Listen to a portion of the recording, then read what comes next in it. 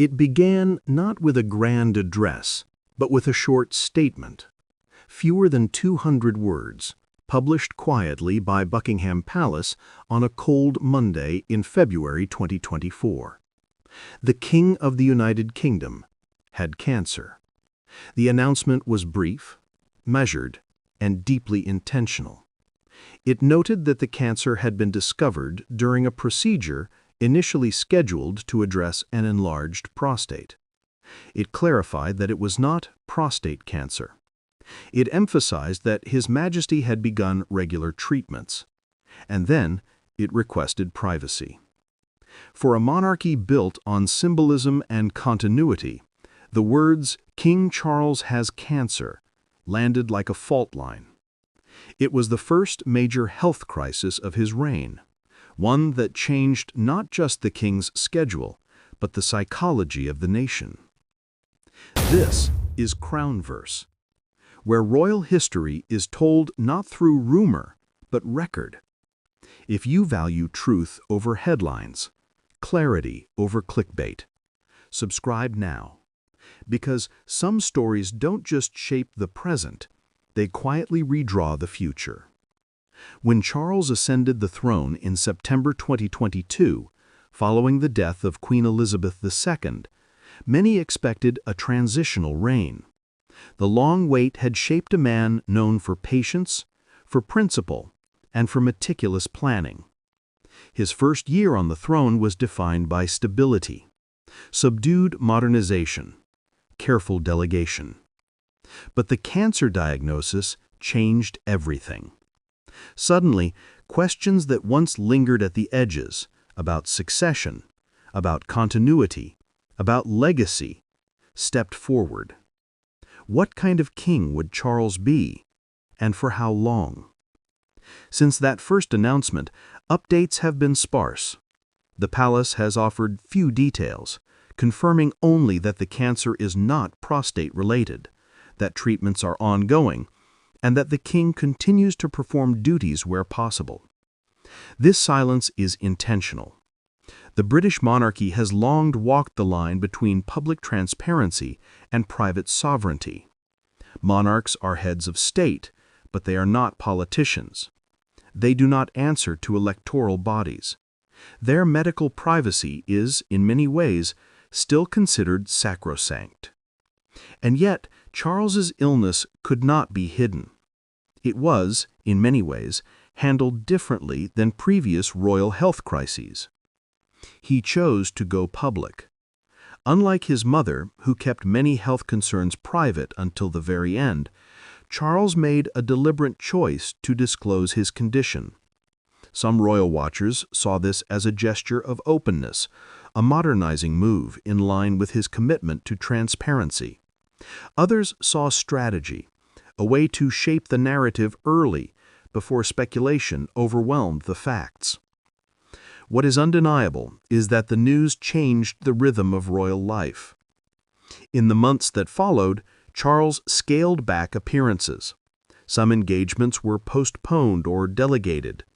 Queen Camilla took on more visibility, representing the monarchy at events the king would once have attended himself. Prince William, too, stepped further into the spotlight, hosting foreign dignitaries, presiding over ceremonies, and preparing, quietly, for the role he was born to inherit. Throughout it all, Charles remained present. He hosted audiences. He met with ambassadors. He spoke, though more often through written statements than public speeches. He remained, by all accounts, engaged. But something else had shifted.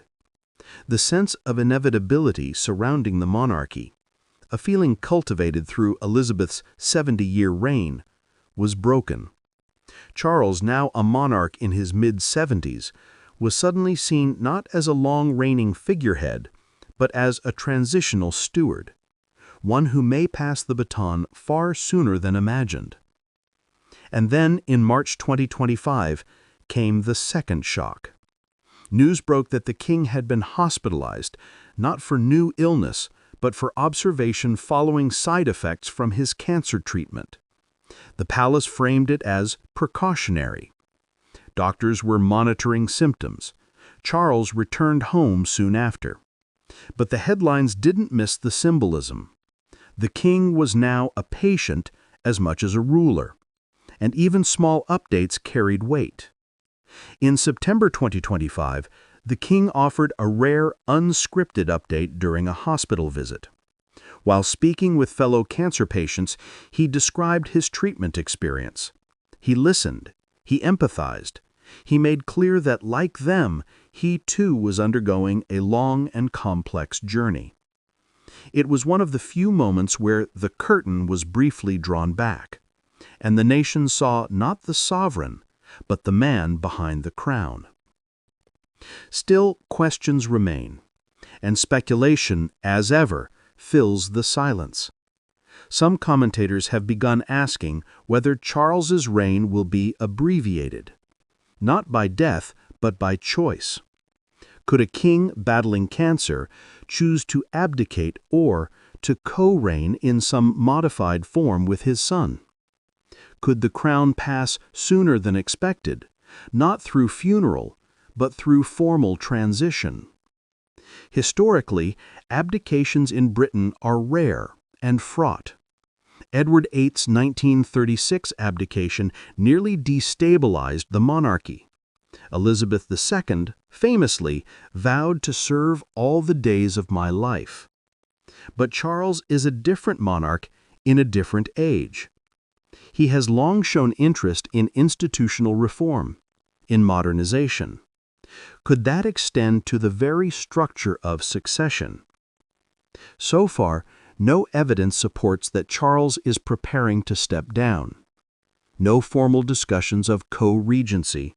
No leaks of emergency planning. Only quiet adjustments. More responsibility delegated to William. More ceremonial roles passed to Camilla. But the conversation exists. It is whispered in columns, debated in forums, imagined in public speculation. And that in itself marks a shift. Because never before, in recent royal memory, has the question of a reigning monarch's health been this present, this public, this uncertain. Not in the Queen's later years, when her death was anticipated but never acknowledged. Not even during Prince Philip's declining years, when he had long retired from public life. Charles's condition, by contrast, is known, named, ongoing, and unresolved. Medical experts, speaking generally, and not about Charles directly, have noted that many forms of cancer are manageable with modern treatment. Some may be chronic, but not fatal. Others may go into remission entirely.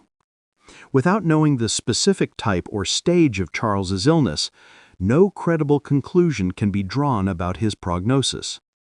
But that hasn't stopped others from drawing them. One royal insider, quoted anonymously in the press, claimed that Charles's condition was incurable but manageable, that he may live with it for years rather than be cured. This quote has circulated widely, though it remains unconfirmed and unsupported by official channels. It reflects a common pattern. In the absence of information, speculation multiplies. The palace, for its part, seems determined to maintain calm. Charles is photographed smiling. His few appearances are carefully chosen. Statements emphasize stability, continuity, and strength. But there is an undercurrent of vulnerability. In constitutional terms, there is no crisis. The monarchy is not without leadership. The line of succession is clear. William is ready.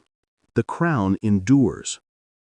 But emotionally, culturally, symbolically, the king's illness is redefining how the nation sees him, and by extension, itself. Charles was never meant to be a revolutionary monarch. His reign, by its nature, was always going to be transitional. But illness has hastened that perception. It has made the abstract real. It has reminded the public that the sovereign is not immortal. that thrones do not shield from biology. And perhaps in this moment, Charles's true legacy is taking shape. Not through sweeping reforms, not through global tours, but through visibility, through vulnerability, through honesty. Because a king with cancer is not a failure of monarchy. It is a reflection of modern monarchy, human, fallible, and unavoidably real. The question now is how the public will respond. There is, so far, no evidence of diminished support. Approval ratings remain high. Sympathy is widespread. But support is not the same as certainty. And as the king steps back, even slightly, the spotlight grows sharper on those next in line.